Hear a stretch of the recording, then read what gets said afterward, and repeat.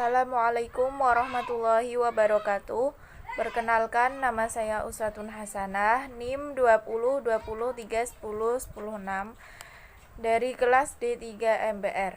Saya akan mempresentasikan makalah dengan judul Tanggung Jawab Sosial dengan dosen pengampu Bapak Teguh Mukidin M. Hum. Yang pertama, pengertian dan ruang lingkup tanggung jawab sosial. Pengertian tanggung jawab sosial menurut salah satu ahli, yaitu Davis 1973, mendefinisikan Corporate Social Responsibility atau CSR atau tanggung jawab sosial perusahaan sebagai usaha sukarela dari sebuah perusahaan untuk menciptakan keseimbangan ekonomi dengan keadaan sekitar. Secara umum, tanggung jawab sosial perusahaan atau Corporate Social Responsibility merupakan sebuah bentuk komitmen perusahaan terhadap kelangsungan pembangunan ekonomi dalam usaha meningkatkan kualitas kehidupan masyarakat dan lingkungan. Secara umum, ruang lingkup program-program Corporate Social Responsibility atau tanggung jawab sosial perusahaan dapat dibagi berdasarkan kategori berikut. Yang pertama, community service merupakan pelayanan perusahaan untuk memenuhi kepentingan masyarakat ataupun kepentingan umum. Contohnya seperti transportasi atau jalan, sarana pendidikan, sarana kesehatan, sarana peribadatan, peningkatan atau perbaikan sanitasi lingkungan, pengembangan kualitas pendidikan, dan masih banyak lagi. Yang kedua, community empowering adalah program-program yang berkaitan dengan memberikan akses yang lebih luas kepada masyarakat untuk menunjang kemandiriannya, seperti penguatan kelompok-kelompok swadaya masyarakat, komuniti lokal, organisasi profesi, serta peningkatan kapasitas usaha masyarakat yang berbasis sumber daya setempat.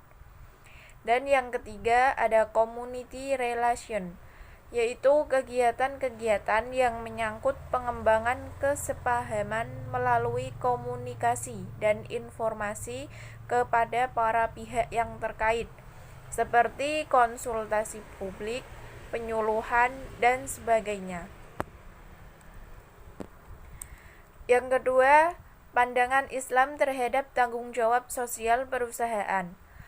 Pada intinya, pengertian tanggung jawab sosial perusahaan secara Islam adalah sama dengan tanggung jawab sosial dari setiap individu muslim, yaitu menjalankan yang benar dan melarang atau menentang yang salah. Tanggung jawab sosial sudah mulai ada dan dipraktikkan sejak 14 abad silam. Rasulullah SAW melaksanakan tanggung jawab sosial dan menciptakan keadilan berdasarkan petunjuk Al-Quran. Allah Subhanahu wa Ta'ala berfirman dalam surat Al-Baqarah ayat 205 yang berbunyi, Bismillahirrahmanirrahim. Wa idza tawalla sa'a fil ardi liyufsida fiha wa yuhlikal hartha wan nasl wallahu la yuhibbul fasad. Yang artinya, dan apabila ia berpaling dari kamu, ia berjalan di bumi untuk mengadakan kerusakan padanya dan merusak tanaman-tanaman dan binatang ternak, Allah tidak menyukai kebinasaan. Tafsir dari ayat tersebut adalah golongan manusia semacam ini apabila telah berlalu, maka ia akan melaksanakan tujuan yang sebenarnya, dalam artian ia akan melakukan kerusakan di atas bumi, meliputi merusak tanaman, buah-buahan, serta binatang ternak. Yang ketiga, perbedaan tanggung jawab sosial perusahaan atau Corporate Social Responsibility dengan Islamic Corporate Social Responsibility. CSR merupakan reaksi sosial atau kepedulian perusahaan terhadap dampak negatif dari bisnis ekonomi sekuler yang dilakukan secara serakah dan eksploitatif. Sedangkan Islamic CSR adalah bentuk tanggung jawab setiap individu yang tergabung dalam sebuah perusahaan terhadap bisnis yang dijalankan terkait dengan aturan halal dan haram. Dengan kata lain, Islamic CSR memiliki tanggung jawab etis secara Islami. Perusahaan memasukkan norma-norma agama Islam yang ditandai oleh adanya komitmen ketulusan dalam menjaga kontrak sosial di dalam praktik bisnisnya. Yang terakhir, prinsip-prinsip Islam terhadap tanggung jawab sosial perusahaan atau ICSR. Pelaksanaan Islamic CSR dapat dikategorikan ke dalam 3 dimensi tanggung jawab hubungan.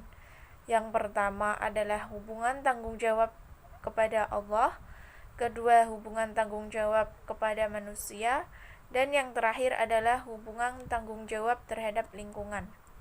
Untuk mengoptimalkan ketiga hubungan dalam pelaksanaan Islamic CSR, haruslah dipandu dengan beberapa prinsip, yaitu yang pertama prinsip tauhid. Dasar utama dari keyakinan dalam Islam adalah keyakinan bahwa tidak ada Tuhan yang disembah selain Allah Subhanahu wa taala. Ditegaskan dalam firman Allah surat Al-An'am ayat 162 sampai 163. Bismillahirrahmanirrahim. Qul inna sholati wa nusuki wa mahyaya wa mamati lillahi rabbil alamin. La syarika lahu wa bidzalika umirtu wa ana awwalul muslimin. Yang artinya, katakanlah, sesungguhnya sembahyangku, ibadatku, hidupku dan matiku hanyalah untuk Allah, Tuhan semesta alam. Tiada sekutu baginya, dan demikian itulah yang diperintahkan kepadaku, dan aku adalah orang yang pertama-tama menyerahkan diri kepada Allah. Tafsir dari kedua ayat tersebut menegaskan tentang keharusan manusia untuk mengabdi hanya kepada Allah, baik dalam bentuk ibadah ritual atau lainnya, semenjak hidup sampai mati. Tidak ada sekutu baginya dalam bentuk apapun, karena hal itu mustahil bagi Allah. Yang kedua, prinsip khalifah.